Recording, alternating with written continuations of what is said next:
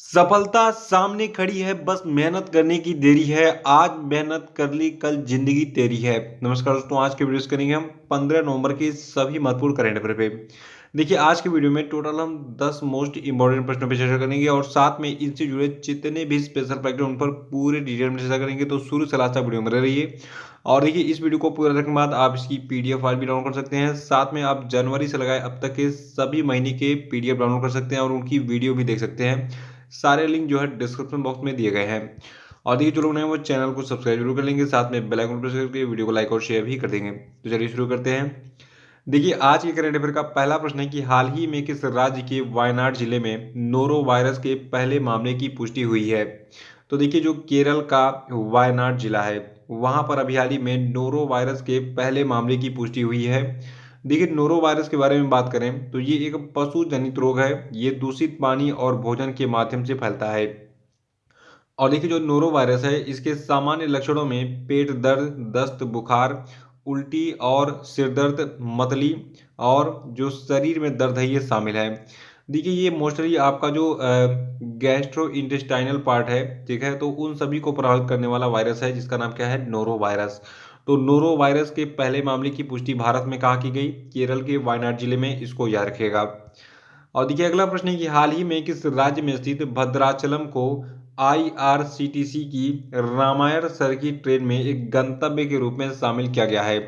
देखिए, रामायण सर्किट से संबंधित प्रश्न अब तक मतलब जितने भी फैक्ट मतलब न्यूज़पेपर में पब्लिश हुए हैं वो एग्जाम में पूछ लिए गए हैं। तो यहाँ पे एक प्रश्न क्या है कि अभी हाल ही में किस राज्य में स्थित, मतलब कहाँ पे ये प्लेस स्थित है, भद्राचलम, जिसको आईआरसीटी की सीटीसी की रामायण सर्किट ट्रेन में एक गंतव्य के रूप में जोड़ा गया है। तो देखिए, भद्राचलम स्थित आपका है तेलंगाना में। और भद्राचलम की बात करें तो देखिए, भद्राचलम जो है ये श्री सीता रामचंद्र स्वामी मंदिर का घर है। और आपको बता दूं, जो आपका रामायण सर्किट है ये है क्या चीज़, जो लोग नहीं जानते हैं वो जान लें।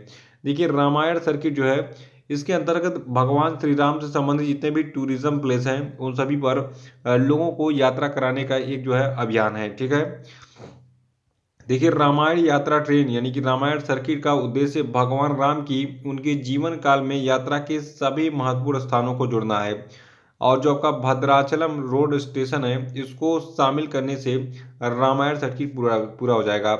देखिए, आपको पता होना चाहिए कि भगवान श्री राम का जन्म कहाँ पे हुआ था। इनका जन्म हुआ था अयोध्या में, ठीक है। और उसके बाद जब ये बड़े हो गए तो इनको थोड़ा सा ये वनवास वाला जो मैटर आया था, 14 साल का वनवास मिल गया था। तो 14 साल का जो वनवास था तो उस समय ये इन्होंने भारत में कई जगहों की यात्रा की थी, जैसे कि मान लीजिए आपका चित्रकूट धाम हो गया। उसके बाद ऐसे करते करते ये जो है फिर लंका पहुंच गए। तो जिस प्लेसों पे ये गए वहाँ पे बहुत सारे मंदिर वगैरह हैं। और उन्हीं सब टूरिज्म प्लेसों को जोड़ने के लिए रामायण सर्किट ट्रेन चलाई जा रही है, ताकि सारे ऐसे प्लेसेस जो भगवान श्री राम ने विजिट किए थे उनकी यात्रा जो है श्रद्धालुओं को कराई जा सके। तो इसी क्रम में एक प्लेस था भद्राचलम, जो कि तेलंगाना में स्थित है। इसको जो है आईआरसीटीसी की रामायण सर्किट ट्रेन में एक गंतव्य के रूप में जोड़ दिया गया है। अगला प्रश्न है कि बर्मिंघम 2022 राष्ट्रमंडल खेलों यानी कि कॉमनवेल्थ गेम्स में किस नए खेल को शामिल किया गया है। देखिए, जो आपका बर्मिंघम 2022 राष्ट्रमंडल खेल आयोजित होने वाला है इसमें महिला क्रिकेट के शामिल किया गया हाल ही में। आपको बता दूं, बर्मिंघम 2022 का जो कॉमनवेल्थ गेम्स होगा यानी कि राष्ट्रमंडल खेल होगा, तो इसमें पहले मैचों की घोषणा कर दी गई है। और महिला क्रिकेट T20 फॉर्मेट के साथ कॉमनवेल्थ गेम में डेब्यू करेगी। यानी कि जो महिला क्रिकेट का आयोजन होगा वो T20 फॉर्मेट में होगा, कॉमनवेल्थ गेम में, याद रखिएगा। और कॉमनवेल्थ गेम के बारे में जो फैक्ट यहाँ पे मैं देने जा रहा हूँ इसको आप नोट कर लेंगे, क्योंकि ये काम आएगा आपके। और एक एक लाइन प्रश्न के रूप में एग्जाम में पूछी जाएगी। देखिए, सबसे पहले आपको ये पता होना चाहिए कि 2022 में जो कॉमनवेल्थ गेम्स है ये कहाँ पे आयोजित होने वाला है। ये इंग्लैंड के बर्मिंघम में आयोजित होगा। और ये कब से कब तक आयोजित होगा, ये 28 जुलाई 2022 से 8 अगस्त 2022 तक आयोजित होगा। इस गेम का मोटो रहेगा गेम्स फॉर एवरीवन। और इसका मेन वेन्यू रहेगा अलेक्जेंडर स्टेडियम, बर्मिंघम, ठीक है। और इसमें लगभग टोटल एथलीट जो पार्टिसिपेट करने वाले हैं इनकी संख्या है 5054। चौथा प्रश्न है कि हाल ही में national payment corporation of India यानी कि एनपीसीआई की जो सहायक कंपनी है भारत बिल पे लिमिटेड, इसने बीमाकर्ताओं के ग्राहकों को अपनी प्रमुख पेशकश क्लिक पे प्रदान करने के लिए किस कंपनी के साथ एक समझौता किया है? तो देखिए इस कंपनी का नाम है आईसीआईसीआई प्रूडेंशियल लाइफ इंश्योरेंस। देखिए आईसीआईसीआई प्रूडेंशियल लाइफ इंश्योरेंस जो है ये अपने ग्राहकों को क्लिक पे की ये सुविधा प्रदान करने वाली पहली बीमा कंपनी है जो उन्हें आसानी से नवीनीकरण प्रीमियम भुगतान करने के लिए सशक्त बनाती है।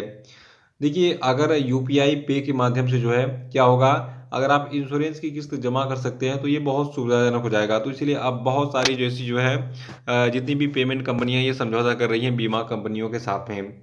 तो इसी क्रम में national payment corporation of India जो है इसकी सहायक company Bharat bill pay limited ने बीमाकर्ताओं के ग्राहकों को अपनी प्रमुख पेशकश क्लिक पे प्रदान करने के लिए अभी हाल ही में आईसीआईसीआई प्रूडेंशियल लाइफ इंश्योरेंस के साथ समझौता किया है। तो अब क्लिक पे के माध्यम से जो है आप आईसीआईसीआई प्रूडेंशियल लाइफ इंश्योरेंस में जो है अपनी बीमा की किस्त जमा कर सकते हैं। अगला प्रश्न है कि हाल ही में भारतीय रिजर्व बैंक ने किस क्रेडिट कार्ड जारीकर्ता कंपनी पर नए ग्राहकों को जोड़ने के लिए तत्काल प्रभाव से लगाए गए प्रतिबंधों को हटा दिया है? तो देखिए एक कंपनी है डायनर्स क्लब इंटरनेशनल लिमिटेड। तो इस पर जो जो प्रतिबंध लगा था इसको हटा दिया है आरबीआई ने। प्रतिबंध क्या था? प्रतिबंध था क्रेडिट कार्ड जारी करने का प्रतिबंध। ठीक है।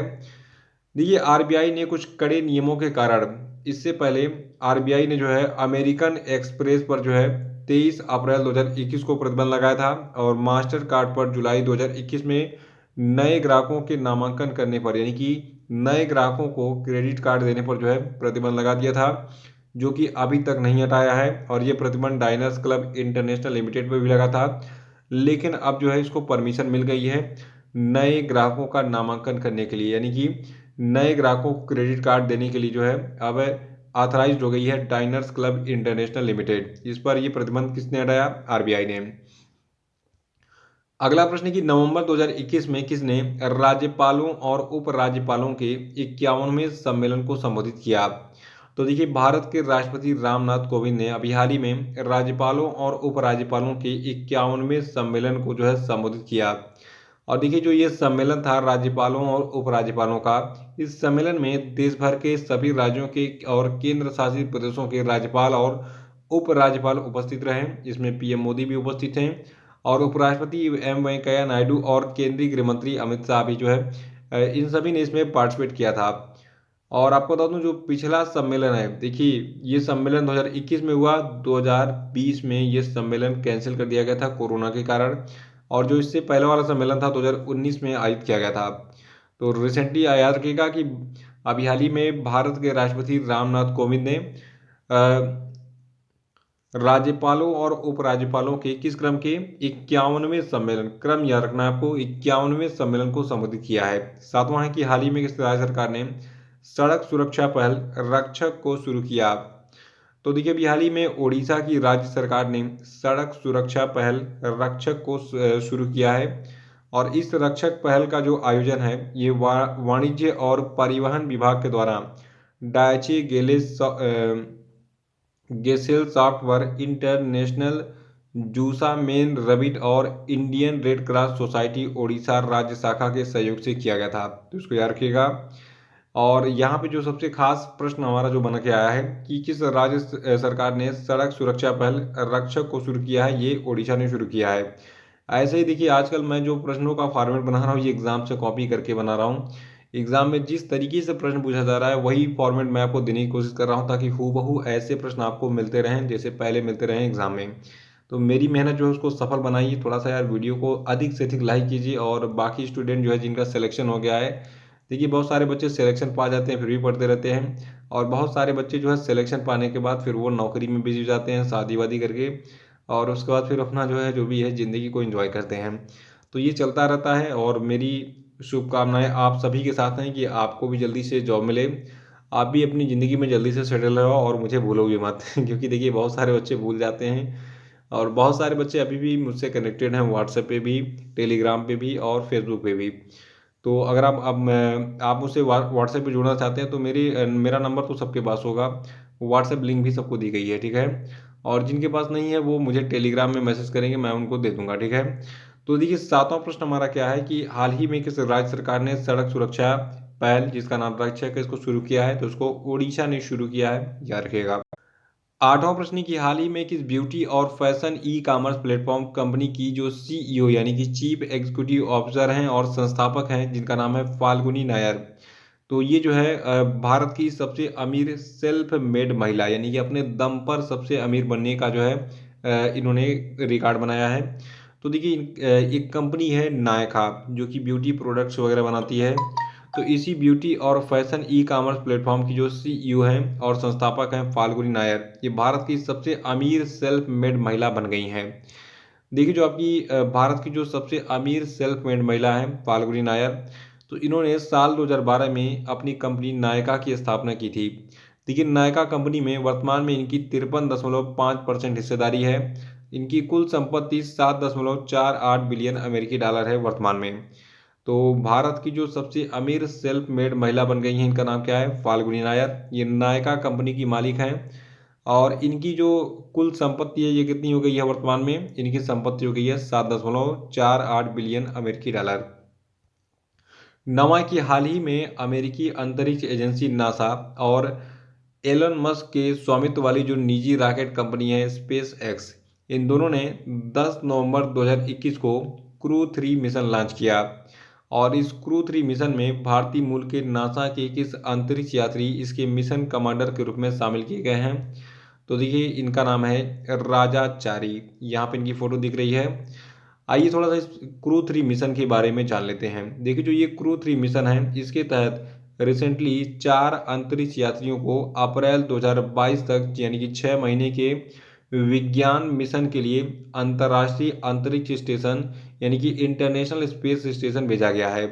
तो टोटल 4 मेंबर्स भेजे गए हैं। इन 4 मेंबर्स में से जो आपके भारत के यानी कि भारतीय मूल के राजाचारी हैं, ठीक है, तो इनको जो है इस मिशन का मिशन कमांडर बनाया गया है। यानी कि इस क्रू 3 मिशन के मिशन कमांडर कौन है? भारतीय मूल के नासा के अंतरिक्ष यात्री राजाचारी। और इसमें जो अन्य 3 मेंबर्स हैं ये कौन कौन हैं? देखिए अन्य 3 अंतरिक्ष यात्रियों में नासा के जो टॉम मार्सबन है ये पायलट होंगे, यानी कि ये जो स्पेसशिप होगा उसको चलाएंगे। और साथ में जो कायला बैरन है ये इसमें मिशन विशेषज्ञ होंगे। और यूरोपीय अंतरिक्ष एजेंसी अंतरिक्ष यात्री मैथियस मोरर जो है इस मिशन के विशेषज्ञ के रूप में शामिल हैं इसमें, ठीक है। तो जो क्रू 3 मिशन है इसके बारे में मैंने बता दिया। इसमें 4 मेंबर शामिल है। इसमें भारत के जो राजाचारी हैं इनको इस मिशन का मिशन कमांडर बनाया गया है। और 10 नवंबर 2021 को क्रू 3 मिशन को लॉन्च किया गया था, डेट भी याद रखिएगा। और 10वां प्रश्न की भारत की पहली शारीरिक राष्ट्रीय योगासन चैंपियनशिप का आयोजन 11 से 13 नवंबर 2021 तक ओडिशा में किस स्थान पर किया गया? तो देखिए ये प्लेस आपका ओडिशा का भुवनेश्वर रहा, याद रखिएगा। ओडिशा की राजधानी भुवनेश्वर में 11 से 13 नवंबर 2021 तक जो है अभी हाल ही में भारत की पहली शारीरिक राष्ट्रीय योगासन चैंपियनशिप यानी कि फिजिकल नेशनल योगासन चैंपियनशिप का आयोजन किया गया था। देखिए जो राष्ट्रीय योगासन स्पोर्ट चैंपियनशिप 2021-22 है इसका जो आयोजन है ये राष्ट्रीय योगासन स्पोर्ट फेडरेशन द्वारा ओडिशा राज्य के सहयोग से किया गया था। और देखिए इस आयोजन में भारत के 30 राज्यों के लगभग 560 युवा योगासन स्पोर्ट्स एथलीटों ने हिस्सा लिया। और इस आयोजन का उद्देश्य योग को बढ़ावा देना और इसके चारों ओर एक वैश्विक ब्रांड बनाना है और इसे उच्च मानकों और बेंचमार्क के साथ एक प्रतिस्पर्धी खेल के रूप में जो है चित्रित करना है। तो ये सारी चीज़ें याद रखना है। लेकिन जो सबसे खास चीज़ एग्जाम में पूछी जाती है कि किस चीज़ का आयोजन कहाँ पे हुआ, कब हुआ।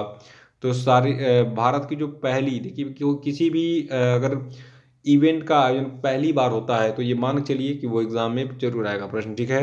तो ये इवेंट भी पहली बार हुआ। तो भारत की जो पहली शारीरिक राष्ट्रीय योगासन चैंपियनशिप है इसका आयोजन 11 से 13 नवंबर 2021 तक ओडिशा में भुवनेश्वर में आयोजित किया गया। तो ये थे आपके आज के सभी महत्वपूर्ण करंट अफेयर। आपको ये वीडियो कैसा लगा कमेंट बॉक्स में जरूर बताइएगा। और अब हम बात करेंगे आज के सभी क्वेश्चन अपडेट पर। देखिए आज के क्वेश्चन अपडेट का पहला प्रश्न आपके लिए कि नारकोटिक्स कंट्रोल ब्यूरो यानी कि एनसीबी के नए महानिदेशक कौन बने, बताइए। अगला प्रश्न आपके लिए कि विश्व रोगाणु रोधी जागरूकता सप्ताह कब से कब तक मनाया गया, बताइए। नेक्स्ट है कि हाल ही में लगभग 100 साल पहले किस स्थान से चुराई गई और भारत में मतलब हाल ही में कनाडा से मिली जो अन्नपूर्णा देवी की मूर्ति है ये वापस भारत को मिल गई है? बताइए किस देश ने वापस की है अन्नपूर्णा देवी की मूर्ति भारत को? बताइए। अगला कि हाल ही में किस देश के सेना प्रमुख जनरल प्रभु राम शर्मा को राष्ट्रपति रामनाथ कोविंद के द्वारा भारतीय सेना के जनरल की मानद रैंक से सम्मानित किया गया? बताइए। पांचवा कि राज्यसभा के नए महासचिव कौन बने? बताइए। और अब हम बात करेंगे कल के पूछे गए सभी क्वेश्चन के क्षेत्रों की।